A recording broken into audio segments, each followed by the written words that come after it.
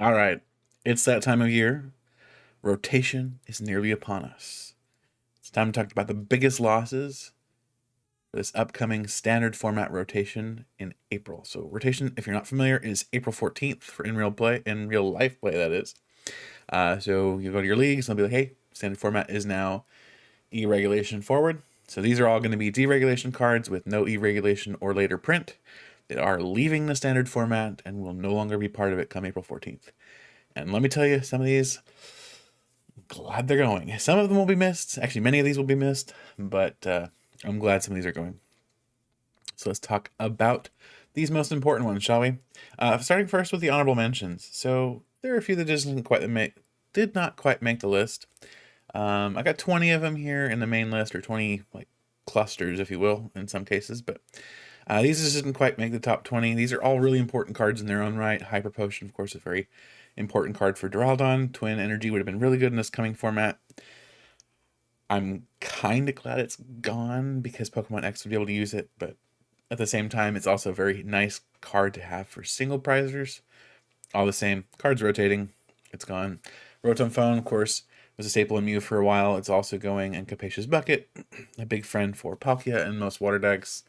It's gone. But let's get to the meat. Let's start talking about some of our HP boosters. So Big Charm and Cape of Toughness are both leaving the format. So Big Charm played a big role, especially earlier on in the format with stuff like ADP, kind of taking Pokemon out of one-shot range, making it a little bit harder to get those one-shots.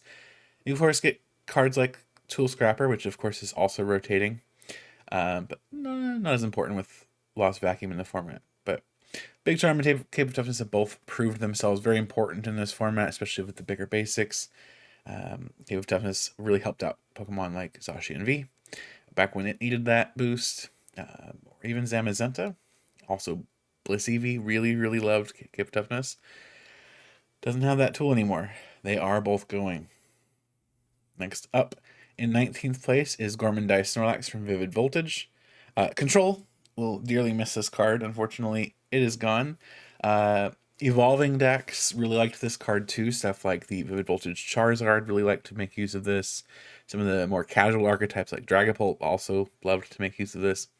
Unfortunately, it is going. This is Tropical Beach's an ability.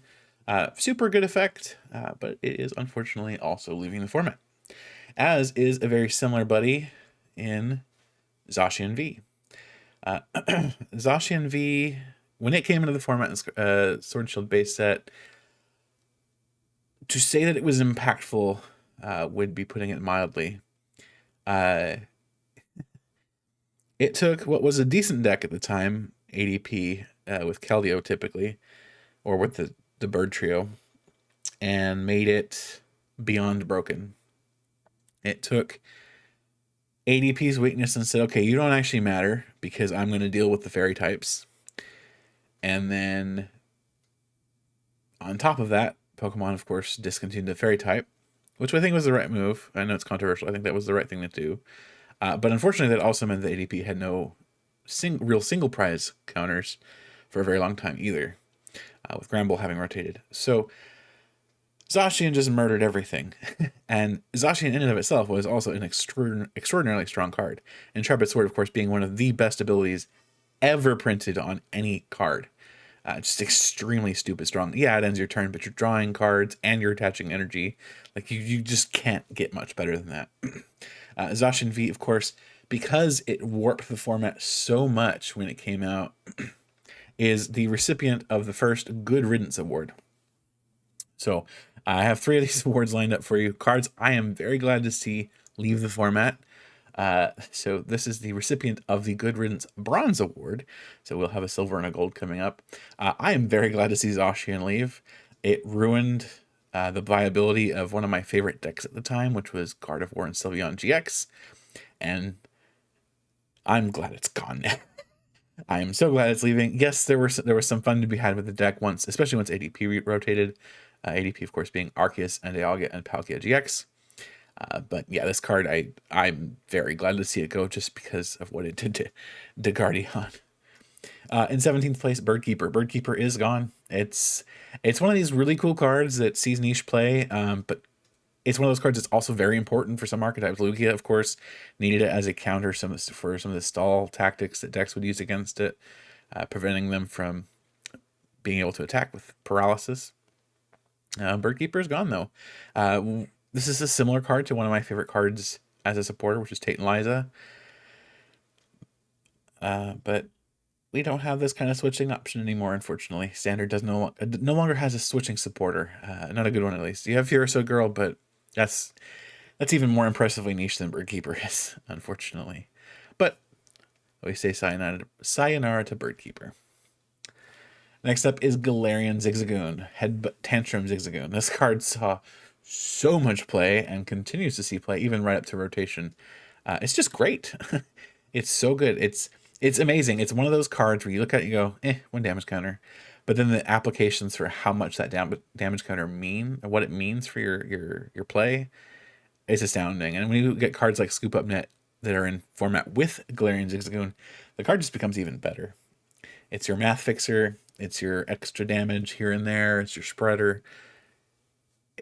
It was great. Zigzagoon, of course, is seeing a pseudo replacement in Hawlucha and Scarlet and Violet base set. Hawlucha, of course, you're not going to be able to Scoop Up Net it, because Scoop Up Net, of course, we'll see that later on the list, is also rotating. But the flip side, of course, is that Hawlucha does not damage the active Pokemon. So although Hawlucha can ping 2 bench Pokemon, unlike Zigzagoon, Hawlucha can't hit the active, and Zigzagoon could. So your shenanigan potential is less with Hawlucha, even though it's also a little bit more interesting at the same time. In 15th place, we have Powerful Colorless Energy. This is definitely a nominee for the Good Riddance Award. It's amazing that this card saw so little play for so long, and then just immediately became extremely important for Lugia. It previously basically only saw play in Blissey, and then Lugia was like, hey, I got this ancient bird guy that's going to just throw energy all around wherever I want it, and Stoutland can eat it up and just eat little squishy guys for breakfast with this. That was Powerful Colorless Energy, and it's gone. So, yay, hooray. In 14th place, Training Court. Training Court's just one of those universally good stadiums. I'm kind of sad to see this one go, actually.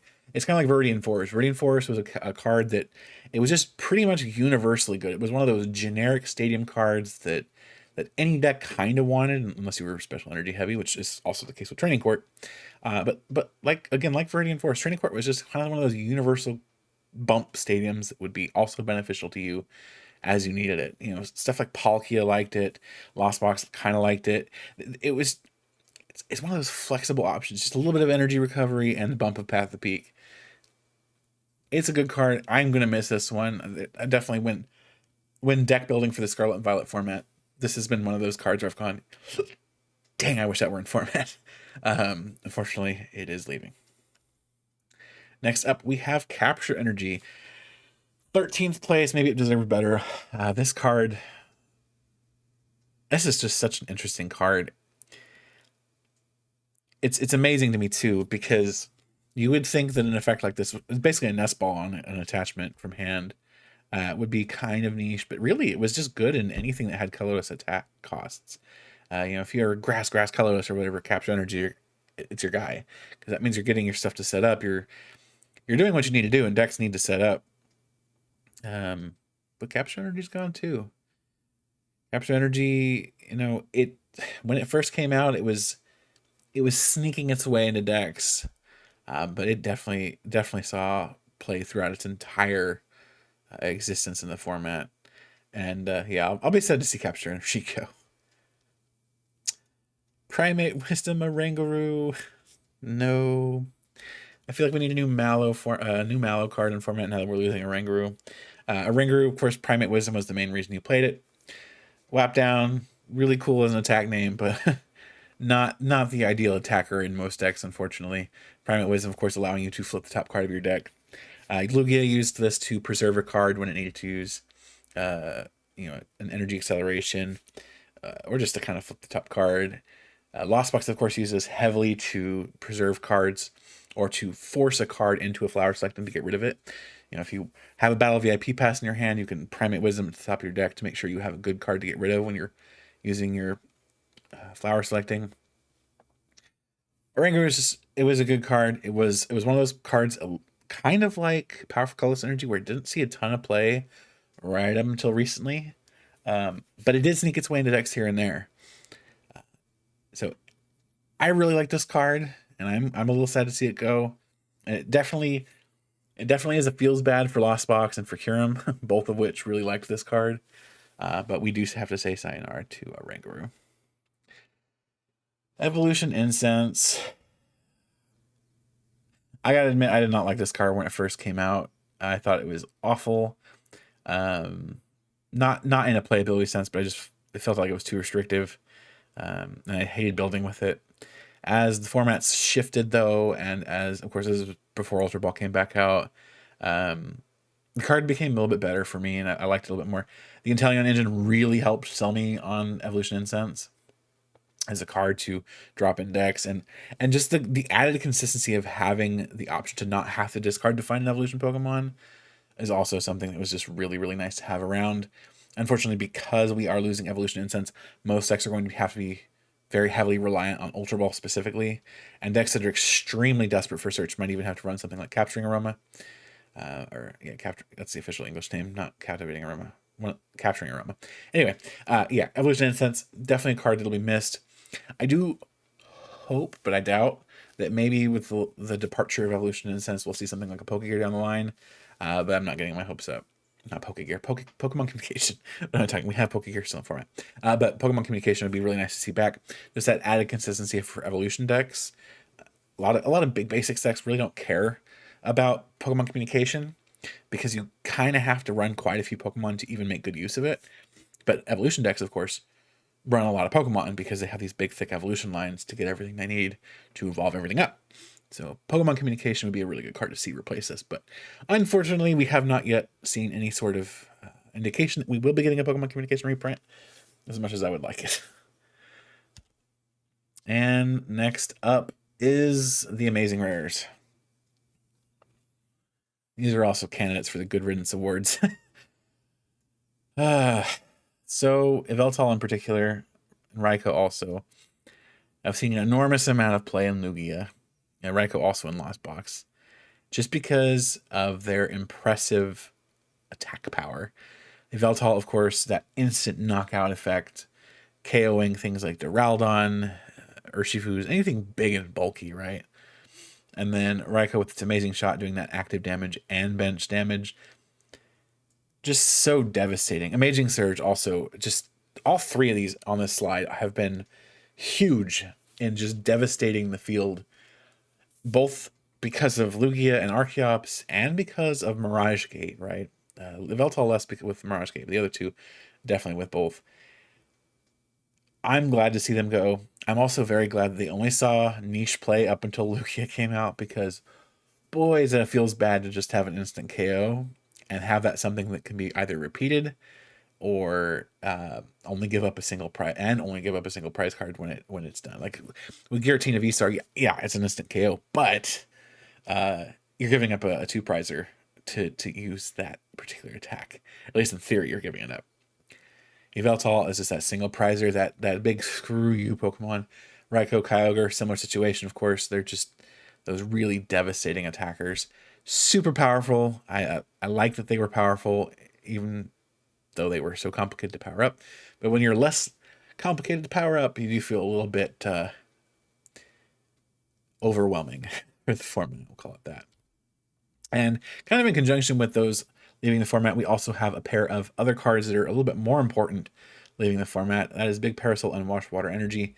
These are both cards that would kind of protect you from stuff like Sableye and his Lost Mine attack. So both these, of course, were means of shielding your Pokemon from damage counters, especially, or from being instantly KO'd by something like Giratina's V-Star power. Unfortunately, they are both gone, and their loss is definitely felt in the post-rotation format. Sableye is absolutely running rampant. It is everywhere. And unfortunately, because we have these little squishy Ralts running around, because we have these little squishy Mareeps running around, Sableye is pretty dang good. Then there's no real counter to them, unfortunately, right now, because both these cards are going. I expect we'll see something at some point fairly soon. Maybe we'll get like a Machoke reprint. Machoke had an effect from, this is Machoke from Guardians Rising. Had a built-in bench barrier, but it also protected you, like Big Parasol does, from the effects of attack. So you got shielded from damage counters. Unfortunately, again, this is one of those situations where there's no indication that we'll actually get anything. At least not anytime soon. But I hope that they do, just because otherwise Sableye is going to be a little too strong of a force for a little too long. And when you're trying to sell a bunch of stage 2 Pokemon to your players and everyone, and they evolve from very squishy basic Pokemon, you kind of need some sort of counterplay. At number 8 is Aurora Energy. This card, another really weird situation where it kind of didn't see a ton of play, but it saw niche play here and there.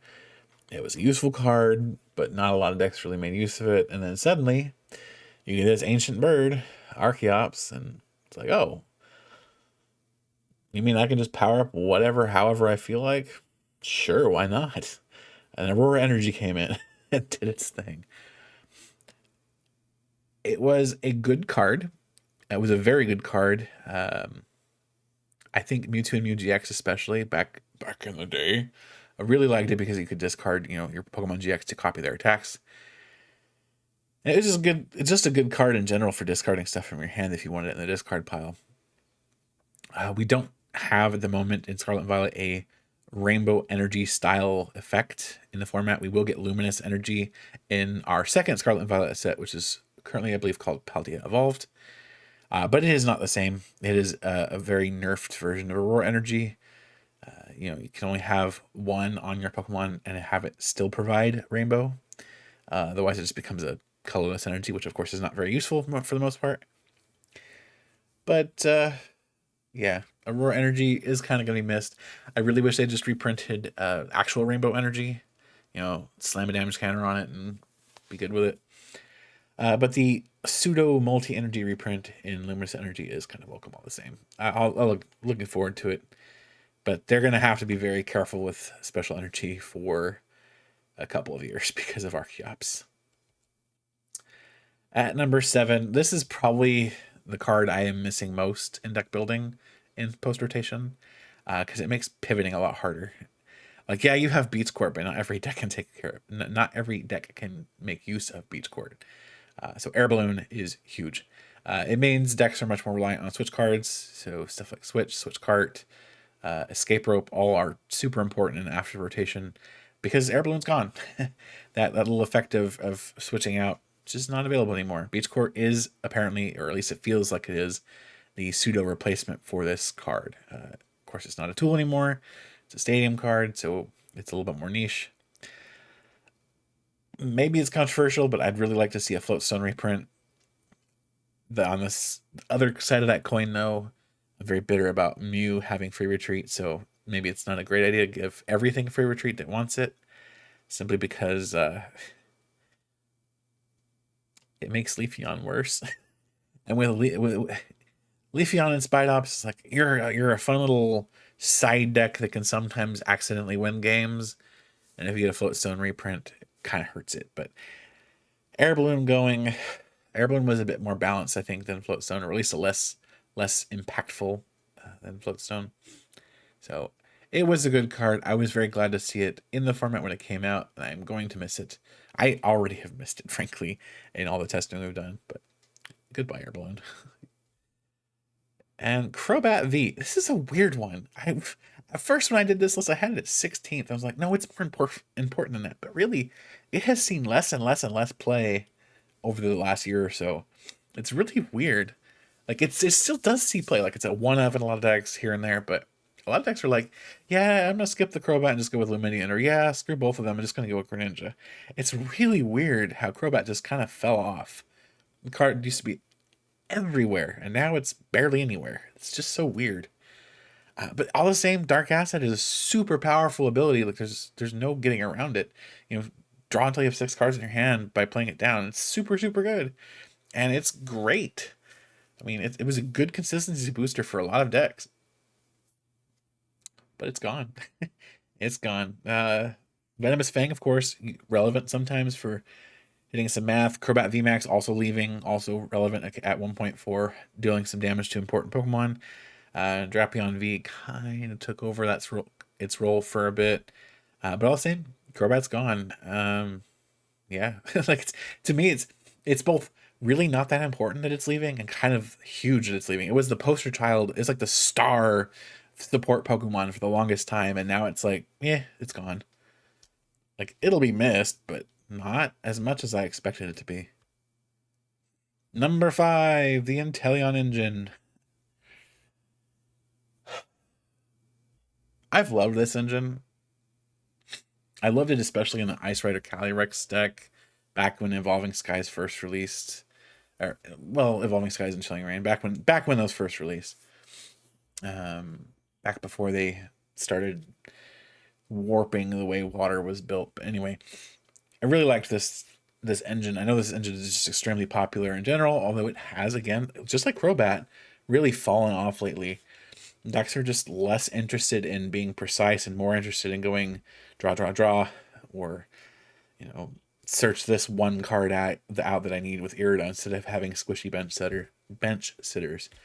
But Shady Dealings, like I said before, one of the most powerful abilities on any Pokemon in Standard. Search your deck for any trainer card, and put it in your hand. Shady Dealings for the Intellion, of course, ups that to 2. And then you have stuff like Scoop Up Net to reuse it. It's an amazing ability. I really, really liked it, but at the same time, it was also maybe kind of too strong, especially with Scoop Up Net and format. I will say I really like the Gardevoir engine, which feels like a pseudo replacement for Intellion in a way. It plays very differently, right? You've got trade instead of Shady Dealings on the stage 1, but you also have stuff like Buddy Catch on the stage 2. So your Buddy Catch, of course, search your deck for a supporter card, put it in your hand. Trade, discard a card from your hand, draw 2 cards. Really, really good effects. Really good effects. And you, of course, have other options with the Gardevoirs too, right? You have the Gardevoir that does the look at the 2 cards, attaching energy, and then put the rest in your hand. You have Gardevoir X that allows you to just throw energy everywhere from your discard pile. Really great evolution line, just like the Intellion engine. But it stays in the format, whereas Intellion and Drizzile do not. Of course, the Chilling Reign version of Intellion does stay in the format, but without these two to pair up with it, the Intellion engine is just not worth it anymore, right? The engine part of it's gone. You just get a quick shooting, and you don't have a good Sobble or a good Drizzile to pair it with anymore, especially the Drizzle. So, but yeah. Buy Intellion engine, you'll be missed. I know a lot of people, especially that play online, don't really like the engine because it takes too long to do all the clicks online, but as a player who plays primarily in person, I really like the deck, and I will miss I like the cards rather than I'll miss them. Next up, in 4th place, Ordinary Rod. It's really strange to me that they've shifted recovery from an item card to a supporter card. So what I mean by that, all of our Pokemon-based recovery options in Scarlet Violet are supporter cards. The 2 that are available at the moment are Miriam, which is shuffle up to 5 Pokemon from your discard pile into your deck and then draw 3 cards, and Clara, which is put up to 2 in any combination of Pokemon and basic energy card from your discard pile into your hand. Both very good effects. Clara in particular is extremely strong, but it was really nice not to have to burn your supporter card to retrieve stuff. So Ordinary Rod is one of my candidates for the most missed cards on this list.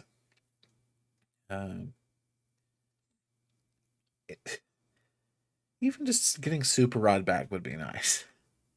But Ordinary Rod is gone, so a lot of decks after rotation are having, if they need to run recovery at all, not every deck does, but stuff like Lost Box, of course, does. Single prizers, evolving decks, which of course are a lot of the newer ones, they need some sort of recovery, so they're forced to run stuff like Clara or run stuff like Miriam in order to make up for that gap. And that's because Ordinary Rod's gone.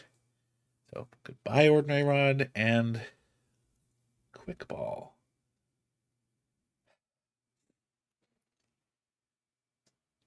So this card's interesting. When it first came to the standard format, I was super, super happy that it was coming. Finally, evolving decks would have a way to find their basic Pokemon at a consistent clip. They would be able to find them. They would be able to kind of set up. But having come from a format with Nest Ball and now coming back into a format with Nest Ball, boy, is Quick Ball overpowered. This card is insane. I just the ability to get any Pokemon into your hand and then play it down, any basic Pokemon into your hand, play it down, taking advantage of its ability, whatever. Like, it's not just a setup card; it's a get whatever you want card effectively, because you can pull the Luminion, you can pull the Crobat. It's really, really stupid strong. And yeah, you have to discard one to get that effect, but the flip side is you have Ultra Ball, where Ultra Ball, it can get you any Pokemon, but you only can run 4 of them in your deck, and you're forced to decide and kind of balance between getting your basic Pokemon out with Ultra Ball so that you can use that Luminion effect or you can use that Hawlucha effect versus actually setting up with, a Ralts or in pre-rotation something like a Sobble, right? Quick Ball, just stupid strong. Way too strong of a card in my opinion. I'm kind of glad to see it go. I'm very, very glad to see Nest Ball back. So for a lot of decks, yes, just flip the 2 and be happy about it. For some decks, though, you gotta be careful. Like we've said in a lot of our testing videos, Nest Ball is not Quick Ball, right? You're not getting an effect off of Luminion with Nest Ball. And the same side is, too, you're not really thinning your hand very much with Nest Ball. If you can play it at all, you're just dropping your hand by 1, not by 2. So stuff like the barrel is a little hard to pull off sometimes. And even worse, if your bench is full, you can't thin your hand with Nest Ball. You could with Quick Ball. So there's just these little things that if you haven't played with both cards, you don't really see. But once you guys, if you haven't already played a lot with Nest Ball, once you guys have kind of played a bit with Nest Ball, you go, oh, yeah, Quick Ball was really crazy. It's interesting. If you're familiar with the Sun and Moon Lost Center format or any of the formats that were Quick Ball or Nest Ball, Ultra Ball based, like Scarlet and Violet is going to be, you'll definitely see it. So goodbye, Quick Ball. You will both be missed, and I'm also glad you're gone. At number 2, one of the most busted cards ever printed. Oh, jeez. The reason Shaman got banned and expanded. Still bitter about that. Scoopment is just broken. Like, oh yeah, let me just scoop this up and scoop that up and reuse this ability and reuse this ability and reuse that ability. And then to top everything off, if this card weren't rotating, you would be able to pick up these big 330 HP Pokemon X and then just slam them back down and re-evolve like you would if it were a Drizzile engine kind of thing. It's crazy. Very, very glad to see this card go, which is actually why it is the second recipient of the Good Riddance Award, getting the Silver Award this time around. Scoopnet saw a lot of play, and I will admit there were a lot of times where it was very fun to play with. Stuff like the Intellion engine, for example, like I mentioned earlier. A lot of stuff like the memeing engines, memeing decks and stuff like Salazzle and Butterfree. You scoop up your Butterfrees and slam them back down to reapply the effects. Scoopment had some really cool moments. This, of course, this came out in a set. This came out in Rebel Clash before the whole rule box thing. So the card really wasn't worded well because it was worded for just V and GXs.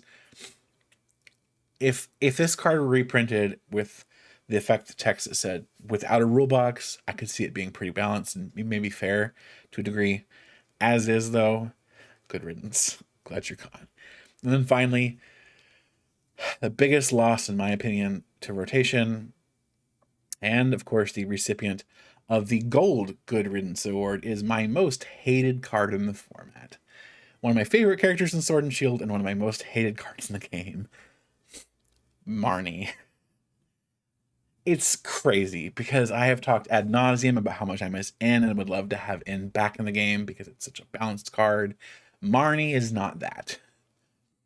Marnie just is just a feels bad. It's a your cards are practically not, if not in actuality, but practically discarded from your hand, and you get new cards, right? It's such a feels bad effect when you're being Marnie compared to in, because with in you can draw back into the cards, right? In is a similar effect. It's a hand disruptor just like Marnie, but the difference is Marnie is throwing your cards on the bottom of your deck, so you cannot draw back into them, whereas in says, okay, you have 6 prize cards left, so you're going to shuffle your cards into your deck, draw 6 new cards. Excellent, right? Balanced, very balanced, actually. One of the most balanced disruption cards there is. I think the only card the only non-banned in standard, at least, disruption cards that I dislike more than Marnie was Reset Stamp, which is even more imbalanced than Marnie. This was an item card. Who the hell thought that was a good idea? I know I'm gonna get hate for that comment, but I did not like Reset Stamp. It's just, yeah, and it got banned and expanded for good reason. But in standard, it was never banned. Marnie though never got banned in standard, and it's because it was the disruption card for the format. We've of course got Judge now, and Judge more or less replaces it after rotation. But Judge is not Marnie either. Judge is also more balanced than Marnie. It doesn't feel as good as a draw card because you're only drawing 4, and Marnie, of course, lets you draw 5. But it's also fairer to your opponent, right? They're drawing 4 cards, but they're 4 random cards, and they can re-hit cards that they shuffled back in.